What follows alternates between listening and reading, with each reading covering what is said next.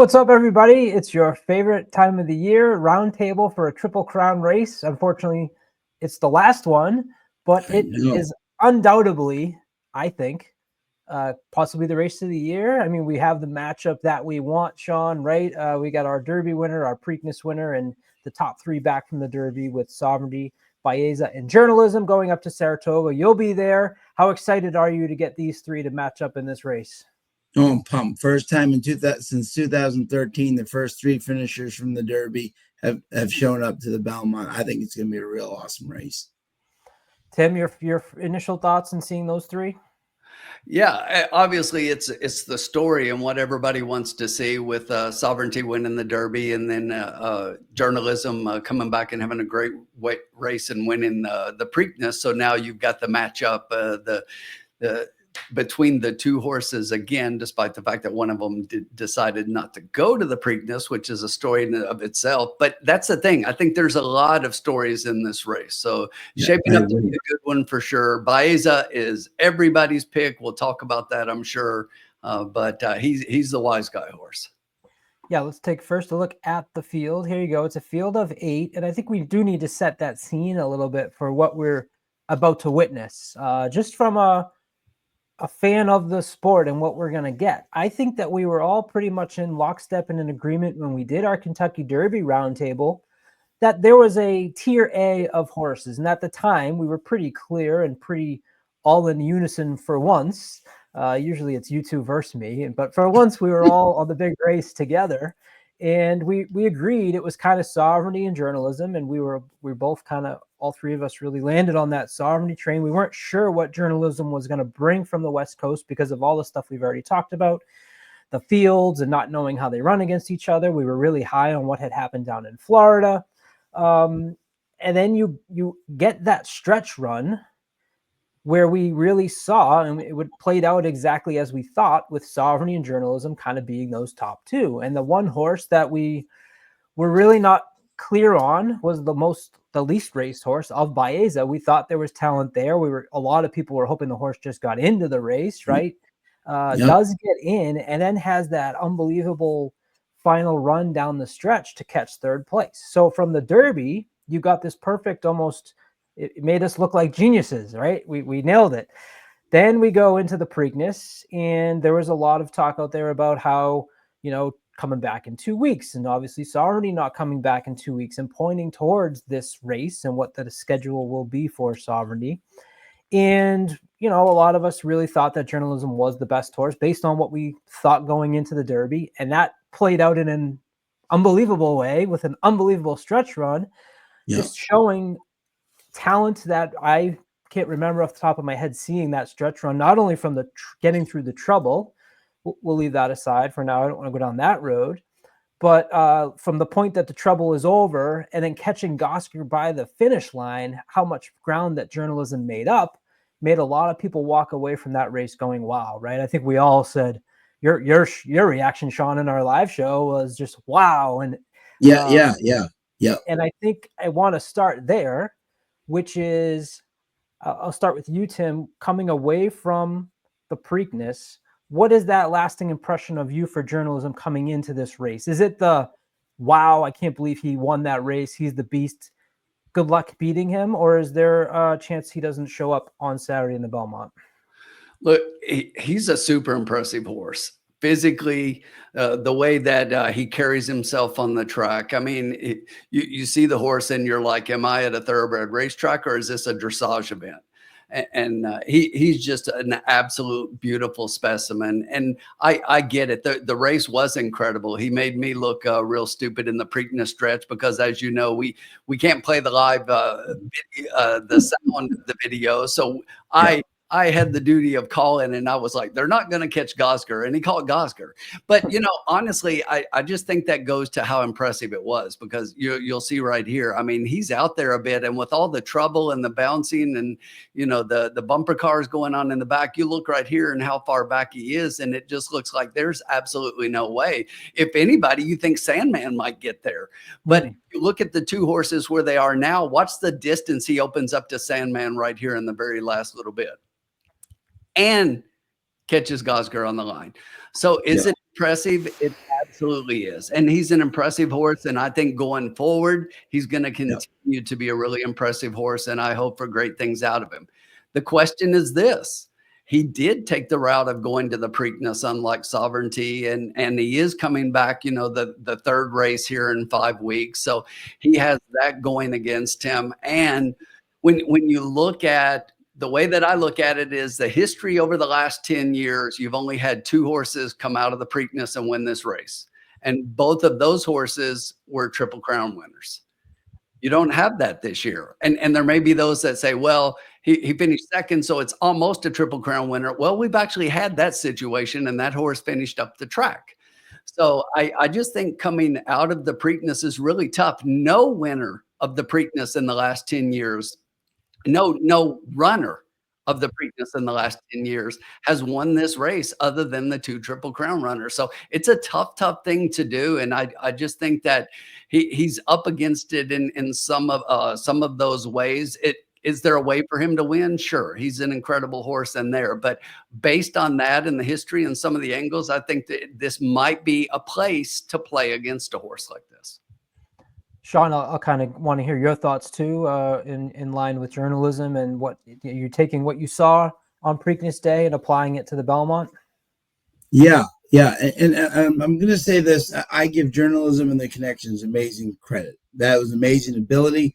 The horse is the real deal. He's talented. Okay. And you guys know I really like Gosger going into the Preakness. Okay. But the more and more I watch that, okay, how does Gosger not win that with all that trouble? You know what I'm saying? With all that trouble, how does Gosger not hold on and win that race? And Gosger's not even in this Belmont. You know what I'm saying? So where I think he's a good horse, right? One might ask, did he beat a great field? You know what I'm saying? To do what he did was amazing, and it shows how talented he is. But if that's Sovereignty on the lead, if that's Rodriguez by himself, I'm just saying, does that horse stop? You know what I'm saying? Does he catch those horses that are in this Belmont field? You know what I'm saying? So it's a question. I think what he did was amazing. It shows his talent, but that field wasn't the greatest field. You know what I'm saying? So let's see if he's got the medal now. So let's see, 3 weeks and 5, it's still a lot on a horse. You know what I'm saying? So can he do it? Absolutely. But he's got a lot, I think, up against him. Yeah, it's a good point, Sean. What if he doesn't get himself into the trouble in that race and he's out in the clear? And how many does he win by? And does Gosger kind of give up and quit when journalism's flying by him? If journalism comes around that turn wide, and based on how journalism ran this race, it might have just been a walkover. And I think you're absolutely saying, well, that field is what it was, and maybe Sandman was the best one out of that. And we all know our thoughts that have been on Sandman. So that leads us to your next big story, which is that you do get Sovereignty back after his Derby win, a horse that we have all been extremely high on in this channel for a very long time. The race in the Derby was, as I said, we had these horses in that higher tier. It was a sloppy track, come from well off the pace, had a really nice run from Junior Alvarado, was set up perfectly for Sovereignty. Coming into here, Sean, I know you've been Team Sovereignty for much of this trail. What are you thinking about him in this race? Is he your top pick? Okay. So if it was originally like they're saying 6 horses, I didn't like it only because of the pace perspective. Okay. Thank you, Todd Pletcher, for putting Crudo in this race. You know what I'm saying? Because I think that horse can be a very good horse down the line. I think he's very talented. That means Rodriguez is not going to be out by himself on the lead. Okay. And I think that's going to help Sovereignty get into this race tremendously. People forgetting the Fountain of Youth. He actually made a move around the far turn. It wasn't like he was like dead last. I mean, he can make that move around the far turn. What I don't know is, and I'm trying to understand it, is I get that journalism's the favorite. Sovereignty beat him. You know what I'm saying? He's got 5 weeks, right? He's got 5 weeks rest on his own track. You know what I mean? This is his home track, right? What has he done wrong? And with Junior, he's never lost this year. And he beat journalism. what more does the horse have to do to get respect? Now, I'm not saying journalism could beat him, but I'm just saying, right? The one time they met, he beat him. You know what I'm saying? So, yeah, and you take that Florida Derby race out, he's undefeated for the year, with Junior. So, I mean, I just still think he's the best horse in this group until I'm proven wrong. Exactly. I'm going with him, but obviously this is going to be the toughest race he's faced by far. You think this is tougher than the Derby? Yeah, I do. Because I think you have more talent and less horses, you know what I'm saying, which to work with. I don't think he's going to get like a 45 unless that Crudo and Rodriguez decide to hook up, you know what I'm saying? But I just think he's not getting the respect. Like I just saw your percentages. It says 13% winning chance for the Derby champion off 5 weeks rest on his own track. You know what I'm saying? I'm just saying that makes just, to me, it's like, okay, and he might not win, but it just seems like he's not getting any respect. And I love that. I love the fact about that. I love the fact that they're kind of getting overlooked because of that recency that I think you get from journalism. I think people are they're thinking that the nice price is going to be the newcomer who has shown a lot of talent in Baeza. And, there's some that are sticking with him. I was really close to moving towards Baeza. Earlier this week, I was like, I think Baeza is my pick. Sean, we talked about pace, and Tim, I want to bring you in about that. I don't know that Sovereignty needs as crazy of a pace as people think. No. I'm just not on Rodriguez. He's scratched in the Derby because of a quarter crack. They say he's all set. I think he's only had 1 or 2 workouts. You're going against what we consider the tier A. He beat a Wood field that, I think leaves some questions, and it was a great figure. He's a good horse. He's probably the most likely if you're not going to go with the top 3. But to me, look at that. We talked about the Florida Derby where he finished second. That was the 10 post at Gulfstream Park, place that, Vinny talked about on Doubling Down being a really hard post to win from at that distance at Gulfstream on a day where he had Manny Franco aboard, not Junior Alvarado, because Junior Alvarado had just gotten hurt. So I think you can, what I wanted to point out though, was that he hasn't been that far back in those races. And those were, 23-47, 23-47. I mean, that's all he needs. He doesn't need it to be crazy in order to take it down. Tim, as far as the pace is concerned, you mentioned, Sean had mentioned Crudo and Rodriguez being in there. Do you feel that Sovereignty needs that pace in order to be successful, or is he good enough to overcome it even if it doesn't set up quickly on the front end? I don't think he needs a blistering pace, and I think he's proven that, and you're right about that. But I do think that regardless of the pace that he gets in this race, we can all agree that looking at the horses in the race, Sovereignty is going to be towards the back. He's either going to be last, or he's going to be just in front of Hill Road, in my opinion. And it's those 2 horses that are probably going to be in the back. And the question is, we're not at Churchill Downs. We are now at Saratoga. Can he close? And from what I've seen so far, the first 2 days at Saratoga, it's extremely difficult to close. And that to me is the biggest concern. So when I look at the race, journalism and Sovereignty, in my opinion, are the 2 best horses in the race. But we all know that the 2 best horses don't always win the races. When I'm looking at the race and the short prices and looking at the potential way that I want to approach the race, I can make a case against journalism because of the Preakness and the campaign. And then I can make a case against Sovereignty because of the potential that he's going to be too far back to be able to close to win. I think he's going to be closing and he's going to be there. Does he win? I think I can beat him, and I think I can beat both of them here. Okay. Well, we have to dig right into that then. Is it Baeza? Is Baeza the next attractive pick, or are you going even somewhere else? Look, I'm about as against Baeza as you can get in this field, really? And I don't even have top pick. Then we gotta go right in and dig into that. So So look, I'm just gonna jump straight into it. I love Rodriguez in this position, and the question here for me is the layoff. If you would, Colin, pull back up pull back up that first graphic that you showed with all of the horses and the win percentages. So when you yeah, so right there, that's good. So the win percentages that you were showing there, when you look at it, I mean, it does have the journalism as your favorite, but the second percentage, the second highest win percentage is Rodriguez, even higher than Sovereignty in this particular race. And I think it's pace dynamic. So I'm going to say this. I do agree with Sean that that adding Crudo adds pace, but I'm just going to say that I think it's cheap pace. I really don't think Crudo has the speed to go with Rodriguez.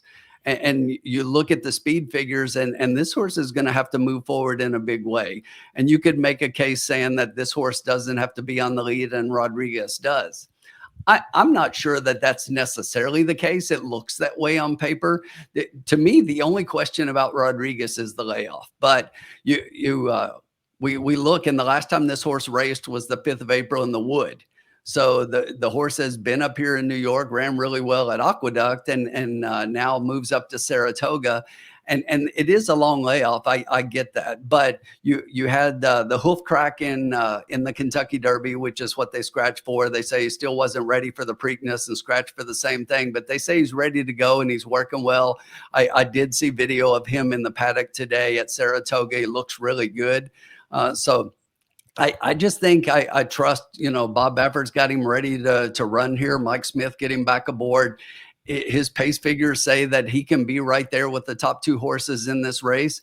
And my concern is he really going to get out front and be able to control the pace and dictate how this race is run? And I think he does.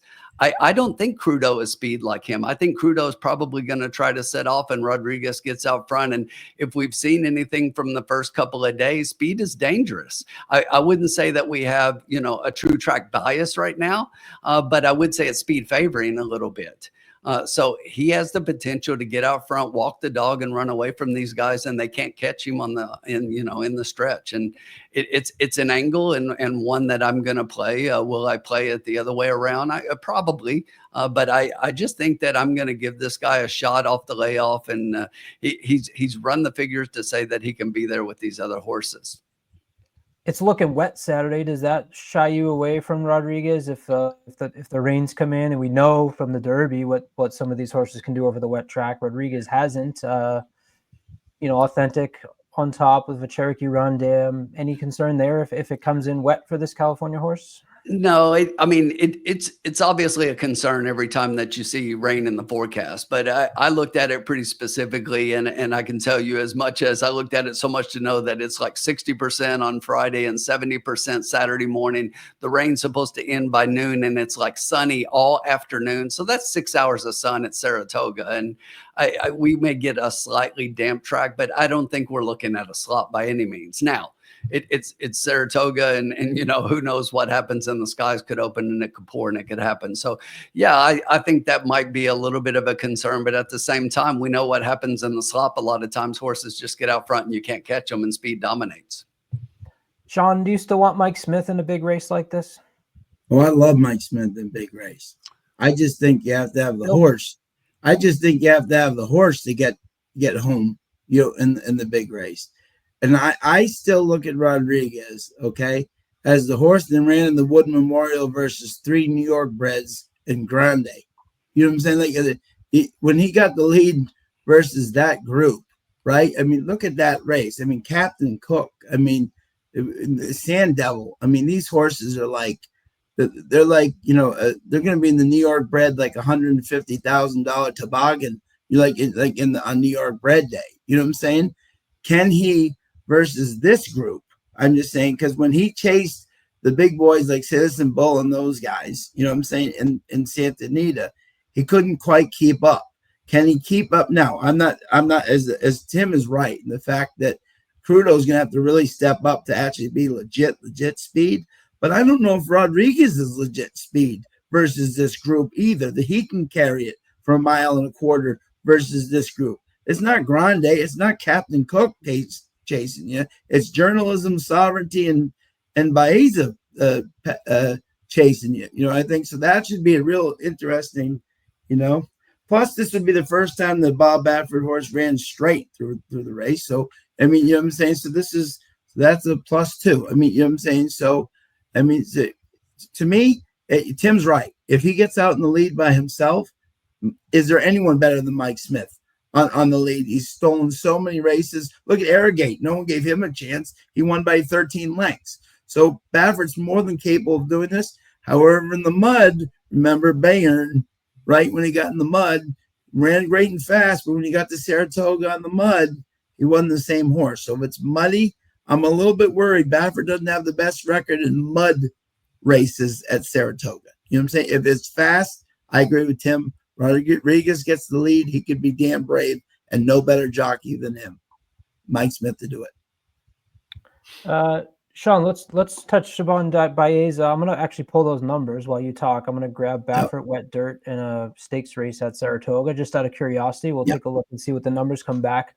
Sure. As I said, the beginning of this week, when you have those little gut feelings of like, oh, I really like this horse, and you start hearing it in the back of your mind, and we put our picks out publicly, so you want to be right, and you have that feeling of, man, I really like Baeza, and if Baeza wins, I'm going to be kicking myself because I've turned back and I'm a team sovereignty. Let's go. He's our boy. But Baeza is the one. He ran the Kentucky Derby as a 2-year-old. He was a May 15th foal. I think that's pretty impressive, and people need to recognize that horses have tremendous growth over the course of 4 weeks. So what you saw on Derby Day, who I believe finished the fastest last I don't remember the exact distance, but he finished that race almost faster than everybody in it.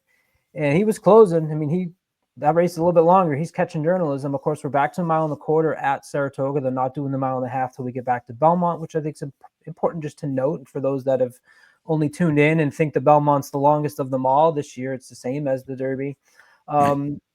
Baeza, I think if he improves more, man, he could be just as good as these two, and that's what I think we have a slight exciting prospect of that happening. Yeah. Tim, totally against Baeza. So before we get to that, Sean, where are you on the newcomer of kind of the top three as we might consider them? Right, exactly. Well, no one's riding better than Flavia. Oh, no, wrong. Okay. So what do you call it? So no.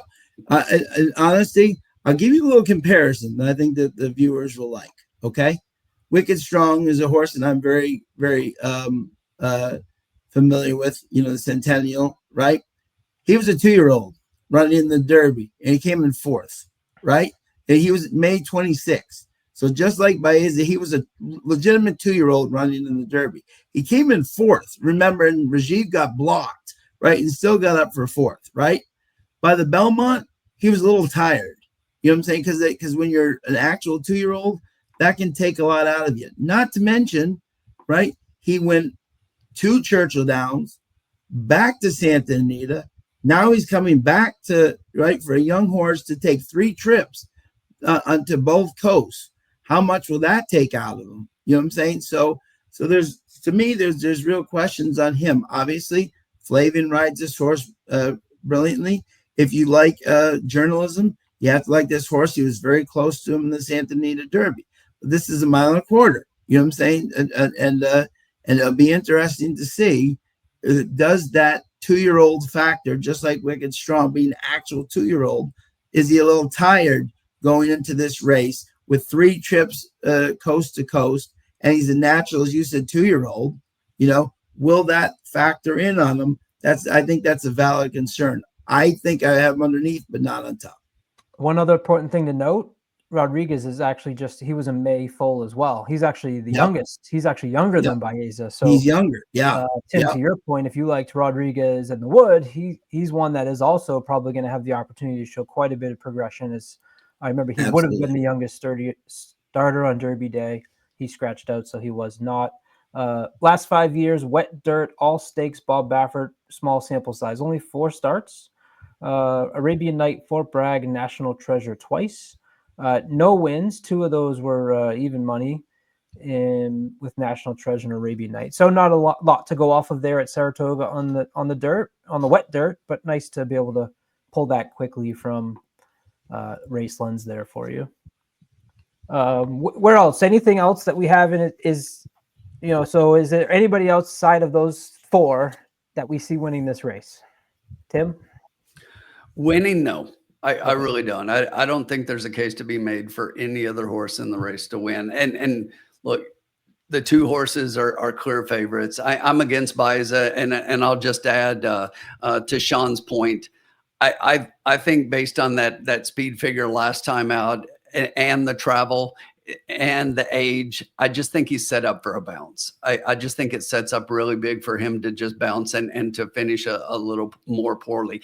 While Rodriguez is younger, he's fresh. He's coming in a lot fresher into the race, and by not going to either one of the races based on injury given, I think he's a little fresher. So, but yes, it's 3 or 4 horses. I'm against one of them. You can make a case for all of them, but beyond those 4, I think you're really stretching. Sean, anybody else that would win other than those 4 for you? Yeah, I'm gonna throw a flyer, just a flyer, right? How many times has Chad Brown been the favorite in the last like 6-7 years for like the Travers, right? This is the horse he's gonna win. This is the horse he's gonna win the race he's always wanted to win, right?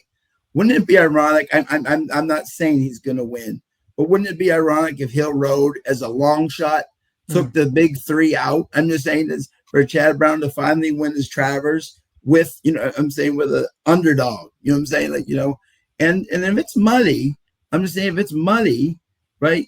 He's at a quality road out of a Lemon Drop Kid. Lemon Drop Kid won the Belmont. You know what I'm saying? And I know there's a mile quarter, a mile and a half, but I'm just saying, right? If there's a long shot and he's got IRAD on his home course, I'm just saying, anything could happen, So I think Hill Road, especially if it's a muddy track, I think he moves up versus some people. He's light. He raced. He won the Peter Pan Colonial Affair. My boy, 93. Went to the Peter Pan, won the Belmont. I'm just saying it can happen. You know what I'm saying? So if anybody, Hill Road's my horse that I think could upset the apple cart. I agree with Tim. I think it is up to the big 3. But if there's one I think they could upset the apple cart, is definitely Hill Road. Pay attention to Sean on the Preakness Roundtable. He said Oscar was the one that maybe you want to pay attention to underneath with a nice exacta. All right, before we get out of here, I want an ice cold exacta. Tim, you're up first. 3-2. That is Rodriguez with Sovereignty. Sean, ice cold exacta. 2-7. Sovereignty Journalism. I will go Sovereignty Baeza for my ice cold. So 2 team sovereignties, 1 for Team Rodriguez. Did we miss anything, guys? Anything else we want to throw in here? Have we covered the Belmont? Yes, one more horse. More horse. American Promise with Nicky Juarez and Dwayne Lucas. I think he's a stand. Oh, he's not in this race. Darn it! Hey. Oh man, I was hoping to use him. Darn it! Next time he's out there, put him in your stable. You guys are going to hear from it. I just can't wait till Logan starts having babies because Sean's right now the only one we get Oscar. Right, Oscar, exactly. Now we get Logan. Love it. You guys are going to kick me out of that chat once Logan's babies start winning all these races in a few years. Love it. All right, that'll do it for us here for the Belmont Stakes Roundtable. First of all, thank you to everyone's support through the Triple Crown. These are 6 months that we just absolutely love. We bond every 6 months of the Triple Crown more and more. And next year we'll get together at Keeneland for Bluegrass and then maybe for some Breeders' Cup and Belmont Breeders' Cup as well.